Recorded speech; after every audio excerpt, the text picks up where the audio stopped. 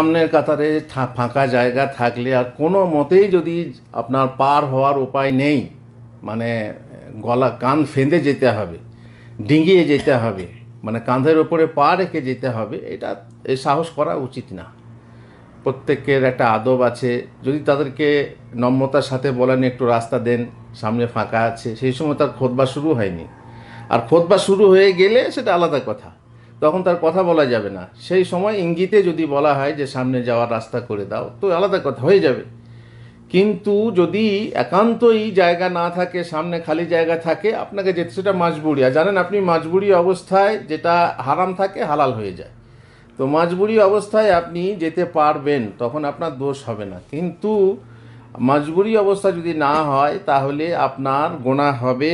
ওই মানে কান ফেঁদে গেলে বা লাফিয়ে টপকে গেলে বা তাদের গায়ে পা লাগিয়ে গেলে, বিশেষ করে এটা আদবের খেলাফ হবে এবং তাদেরকে কষ্ট দেওয়া হবে।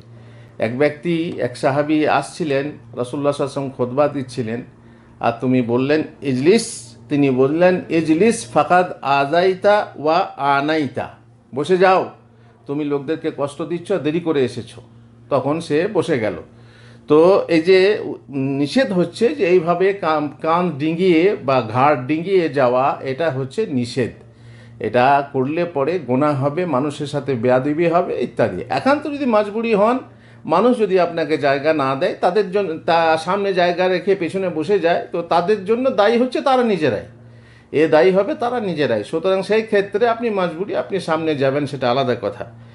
আপনি যেখানে ফাঁকা আছে সেখানে এসে বসে যাবেন, এটাই হচ্ছে নির্দেশ। এখানে একটা হাদিস আপনারা শুনলেন যে রাসূলুল্লাহ সাল্লাল্লাহু আলাইহি ওয়াসাল্লাম বললেন, বসে যাও, তুমি দেরি করে এসেছো, আর লোককে কষ্ট দিও না। তো তাহলে বোঝা গেল যে সে সুন্নত পড়বে না, খুতবা চলাকালে সুন্নত পড়া যাবে না, নামাজ পড়া যাবে না, এটা আমরা জানি। কিন্তু অন্য হাদিসে আছে যে তুমি কি নামাজ পড়েছো? তো শোনার পরে সাহাবী বললেন না, বলে ওঠো এবং 2 রাকাত হালকা করে পড়ে নাও। তাহলে দু রকম হাদিস হয়ে গেল। তাহলে কোন হাদিসটা ঠিক? মানে উঠে 2 রাকাত নামাজ পড়ে বসতে হবে, নাকি এমনি বসে যেতে হবে, যেমন এই সাহাবীকে হুকুম দেওয়া হলো? ওটা তো আছেই, ওটা আছে, 5খানা হাদিস আছে। আর সেখানে সাহাবীর জন্য শুধু নয়, সবারই জন্য বলা হয়েছে, স্পষ্ট করে বলা হয়েছে, শুধু তোমার জন্য না বা ওর জন্য না, সবারই জন্য এক নির্দেশ। খুতবা চলাকালে কেউ এলে হালকা 2 রাকাত পড়ে বসবে। এখানে যে হাদিসটা বলা হলো, সেটার ব্যাখ্যা বলা হয়েছে যে হয়তো এই সাহাবী পেছনে নামাজ পড়েছিল, আল্লাহ নবী জানতেন, অথবা ওই বিধান, মানে 2 রাকাত পড়া না পড়লে বসা যাবে না, এই বিধানের আগের অবস্থা এটা হতে পারে। এইভাবে ওলামারা ব্যাখ্যা দিয়েছেন, আল্লাহ ভালো জানেন।